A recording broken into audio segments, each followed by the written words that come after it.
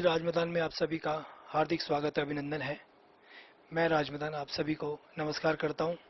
आज हम पहुंचे हैं रूबरू करवाने के लिए आपको अर्चना दीदी से। अर्चना दीदी जो मेडिटेशन के अंदर पूरे विश्व के अंदर भारत के नाम को उन ऊंचाइयों पर पहुंचा चुकी हैं कि जहां आज लोग मेडिटेशन के प्रति जागरूक हो रहे हैं। हम स्वागत करते हैं अर्चना दीदी, रूबरू में आपका बहुत बहुत स्वागत है, अभिनंदन है। बहुत बहुत धन्यवाद। ये मेडिटेशन जो है, ये शुरुआत आपने कब की? मैं बहुत छोटी आयु से ही ध्यान करती रही हूँ और सद्गुरु के मिलने के उपरांत उनकी प्रेरणा से मैंने अपनी साधना को और आगे बढ़ाया और एक लक्ष्य तक पहुंची, एक चरम तक पहुंची, एक स्थिति, एक अवस्था तक पहुंची। किन लोगों को आपने जोड़ा है कि ध्यान हमारे शरीर के लिए कितना महत्वपूर्ण है? ध्यान केवल हमारे शरीर के लिए ही नहीं, हमारी मन, हमारी आत्मा, हमारे पूरे व्यक्तित्व के लिए बहुत आवश्यक है। ध्यान का अर्थ है अपने आप से जुड़ना, अपने आप से जानना। मैंने यही प्रयास भारत देश के बहुत से शहरों में और साथ ही साथ यूएसए में, अमेरिका में जाकर भी बहुत सारी जगहों पर, जैसे Orlando, Atlanta, Virginia, New York, new Jersey आदि बहुत सी जगहों पर, साथ ही साथ यूरोप में, पेरिस में जाकर भी ध्यान साधना के इन सत्रों को लिया है। ध्यान कैसे लगाना चाहिए? देखिए, आप जिसे कह रहे हैं उसे एकाग्रता कहते हैं, कंसंट्रेशन कहते हैं, जो ध्यान का की एक प्रथम चरण, प्रथम अवस्था होती है। ध्यान का अर्थ होता है एक ऐसी अवस्था जिसमें आप निर्विचार हो जाते हैं, थॉटलेस हो जाते हैं। उसे हम मेडिटेशन कहते हैं, जिसका फर्स्ट स्टेप है एकाग्रता। जहां तक आपने विधि की बात कही, तो ध्यान के लिए कहा जाता है कि ध्यान हर विधि से, हर टेक्निक से परे है। ध्यान एक अवस्था है जहां पर आप उस समय पहुंचते हैं जब सारी विधियां गिर जाती हैं, छूट जाती हैं।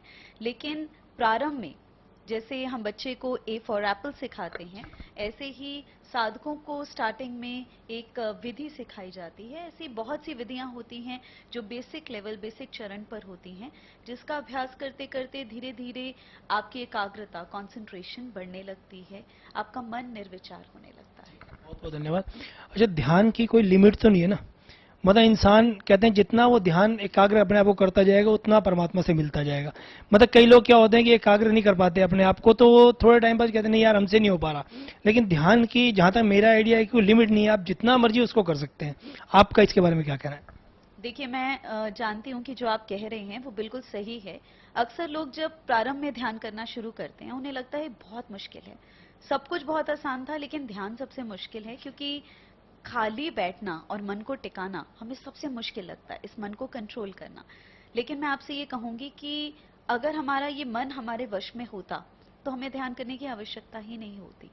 हमें ध्यान करने की आवश्यकता ही इसलिए है क्योंकि ये मन एकाग्र होना नहीं जानता, तनाव से इतना ग्रसित है। इसी कारण आज के समय में हमें ध्यान की सबसे अधिक आवश्यकता पड़ती है। ध्यान करते करते धीरे धीरे आप उस अवस्था तक पहुंचते हैं कि ध्यान स्वयं घटित होने लगता है। जहां तक आपने ध्यान के लक्ष्य की बात पूछी, तो मैं ये कहना चाहूंगी कि ध्यान का लक्ष्य होता है समाधि। ध्यान का लक्ष्य होता है स्वयं से मिलना, स्वयं से एक हो जाना, अपने भीतर की सोई शक्तियों को जागृत करना और ये जानना कि वास्तविक रूप में हम हैं कौन। हम ये शरीर हैं, ये मन है, ये बुद्धि है, या हम इससे भी पार कुछ हैं। तो अपने आप को जानना, अपने आप को का साक्षात्कार करना ही ध्यान है। बहुत अच्छा। आपने कहा कि मन चंचल होता है, बहुत चंचल है, उसे एकाग्र करना बहुत मुश्किल है। और आज की लाइफ तो हर इंसान की बड़ी स्ट्रेस वाली लाइफ है। तो उसके लिए ध्यान कितना जरूरी है? एक अपने आप को इम्प्रूव करने के लिए, अपने आप को शांत करने के लिए ध्यान कितना जरूरी है?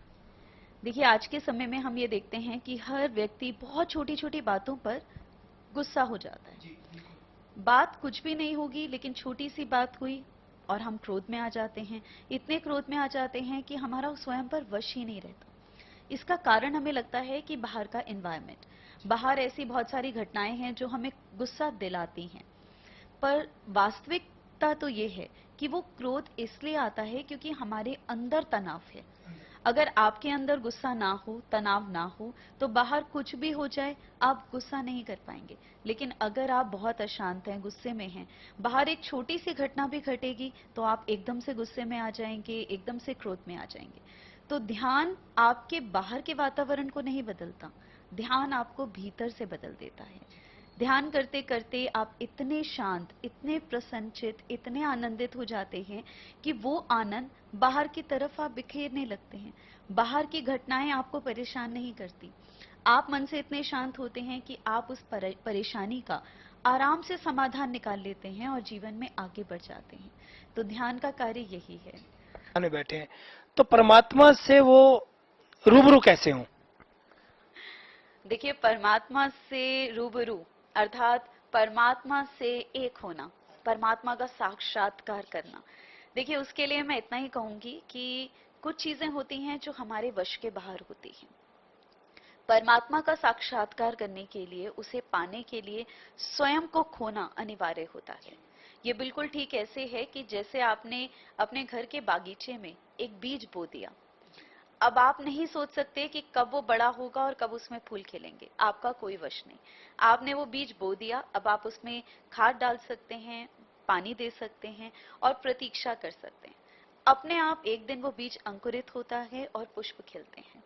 ऐसे ही ध्यान है, ऐसे ही योग है, ऐसे ही आध्यात्म है। ध्यान का अर्थ है कि आप पूरी श्रद्धा के साथ बैठ सकते हैं, उसे पुकार सकते हैं, उसकी प्रतीक्षा कर सकते हैं। जितना आप रिक्त होते जाएंगे, खाली होते जाएंगे, आपको उसका साक्षात्कार होने लगेगा।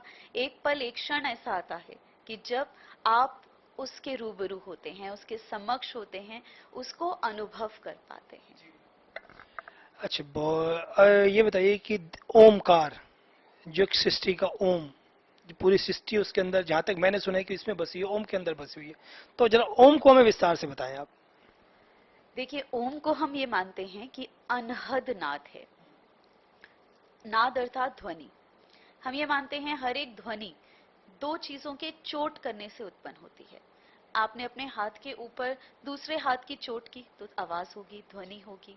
आप अपनी दो उंगलियों से चुटकी बजाएंगे, चोट करेंगे, ध्वनि होगी। अगर आपकी ध्वनि, आवाज निकल रही है, वाणी निकल रही है, तो उसका अर्थ है वायु आपके कंठ से टकरा रही है और ध्वनि यानी वाणी प्रकट हो रही है। लेकिन हम ये मानते हैं कि सृष्टि में एक गूंज, एक नाद ऐसा है जो स्वयं से गूंज रहा है, जो किसी ने किया नहीं है। उसे हम शून्य की ध्वनि कहते हैं, शून्य का नाद कहते हैं, जिसे ओम कहते हैं। ये एक नाद, अनहद नाद, अनाहत ध्वनि ऐसी है जिससे हर धर्म में से जुड़े हुए योगी ने, साधक ने ध्यान और समाधि की अवस्था में सुना है। उसे आप चाहे ओम कह लीजिए, चाहे उसे एक ओंकार सतनाम कह लीजिए, चाहे उसे किसी भी और रूप में बुला लीजिए, लेकिन ये माना जाता है कि ये एक नाद, एक ध्वनि ऐसी है जो स्वयं से इस पूरे संसार में गूंज रही है। इसे हम शून्य की ध्वनि कहते हैं, इसे हम अनाहत नाद कहते हैं। हम ये मानते हैं कि इसी ध्वनि से संसार प्रकट होता है और इसी ध्वनि में संसार विलीन भी हो जाता है। तो उसे हम अनहद नाद और अनाहत ध्वनि कहते हैं, जो हर एक मंत्र से पूर्व जिसे लगाया जाता है, चाहे ओम नमः शिवाय कह लीजिए या गायत्री मंत्र कह लीजिए, हर मंत्र से पूर्व ओम को लगाकर माना जाता है कि तभी मंत्र पूर्ण होता है। बिल्कुल ठीक है, हमारे दर्शकों को भी संतुष्टि मिली होगी आज, पूरा ही उसका